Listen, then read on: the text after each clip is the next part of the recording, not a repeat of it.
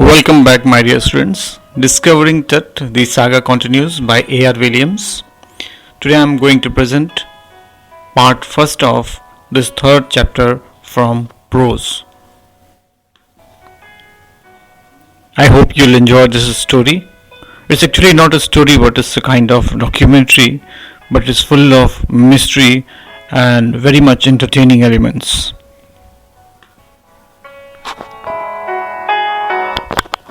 Let me begin with the introduction about the author. The author, Anne Williams, born in 1937, is an English medievalist historian and author. Before retiring, she worked at the Polytechnic of North London, where she was senior lecturer in medieval history. She is a fellow of the Society of Antiquaries and a research fellow at the University of East Anglia.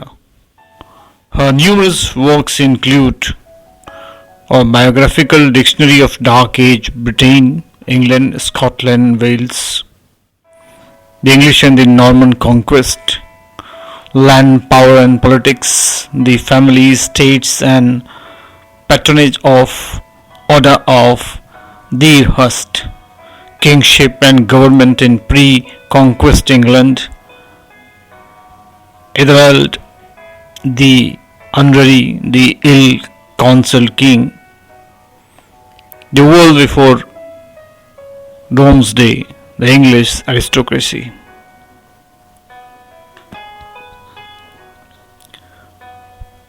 Now it's time to tell you the summary.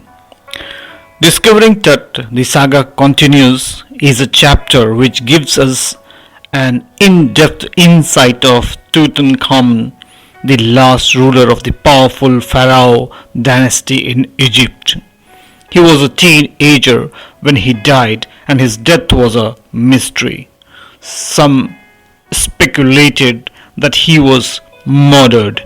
He ruled in Egypt and its empire for centuries. In 1922, his tomb was discovered by Howard Carter, a British archaeologist. After 80 years, he was taken from his resting place for CT scan, which offers to solve the mystery of his life and death by creating a forensic reconstruction.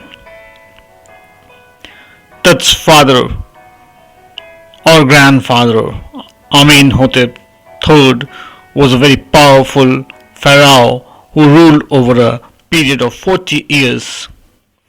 His son Amenhotep IV thrived him and began the strangest period in the history of Egypt.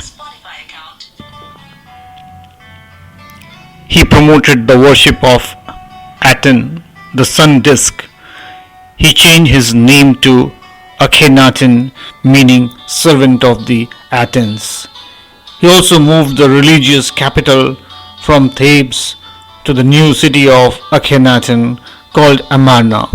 Further, he attacked Ammon, a god, smashed his images and closed his temples.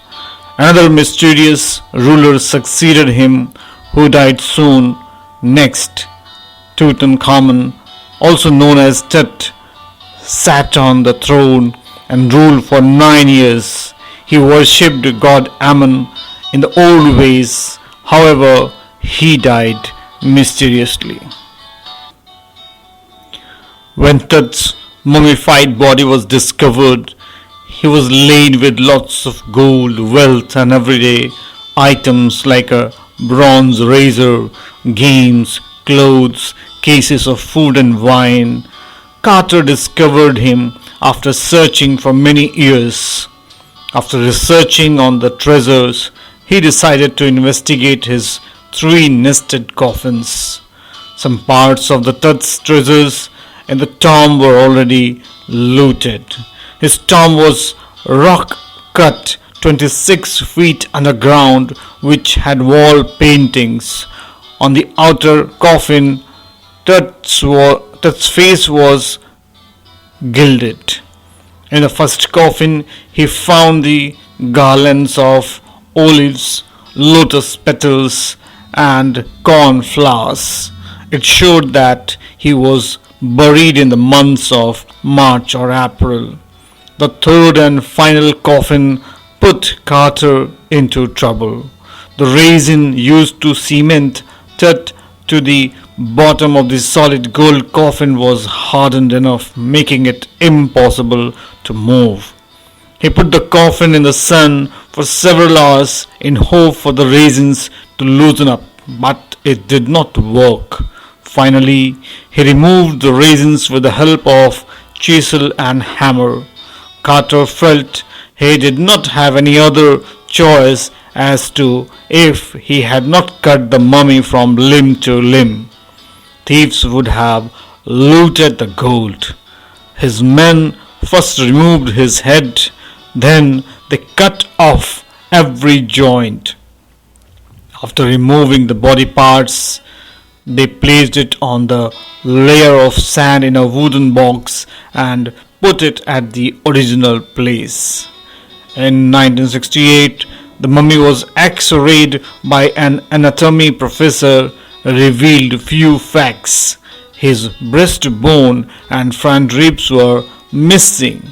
Later on January 5th, 2009, Tut was taken for CT scan, which takes hundreds of x-rays and creates a three-dimensional image. The next of the scan, the workmen carried his body from the tomb in a box.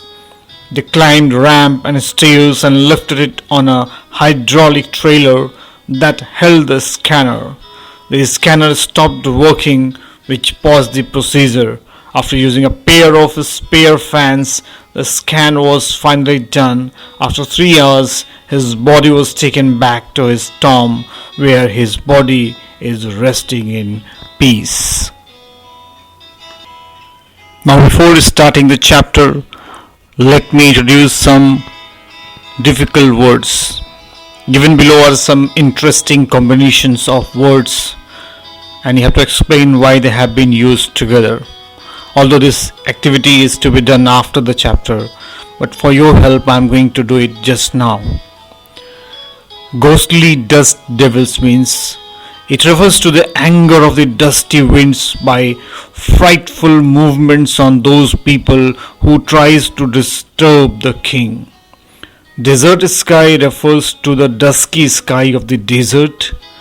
Stunning artifacts means to the beautiful items which were found in the tomb. Funerary treasures means the gold item which were kept while burying the king, because Egyptians believed that there is an afterlife. Scientific detachment, it refers to the indifference towards science. Dark-bellied clouds means dark clouds containing rain. Cascade grey, it refers to the stars were covered by dark-bellied clouds, the way jewels are kept in a casket box. Eternal brilliance, it refers to the timeless luster and shine of the gold and other valuable items of the king. And ritual reasons are actually customary duty in the process of burying a dead body. So I hope you have got everything, and now it's time to say bye. But before that, I'd like to share with you that the next video will contain the explanation of this chapter, so be ready, and this summary you will have to write in your homework notebook. Goodbye.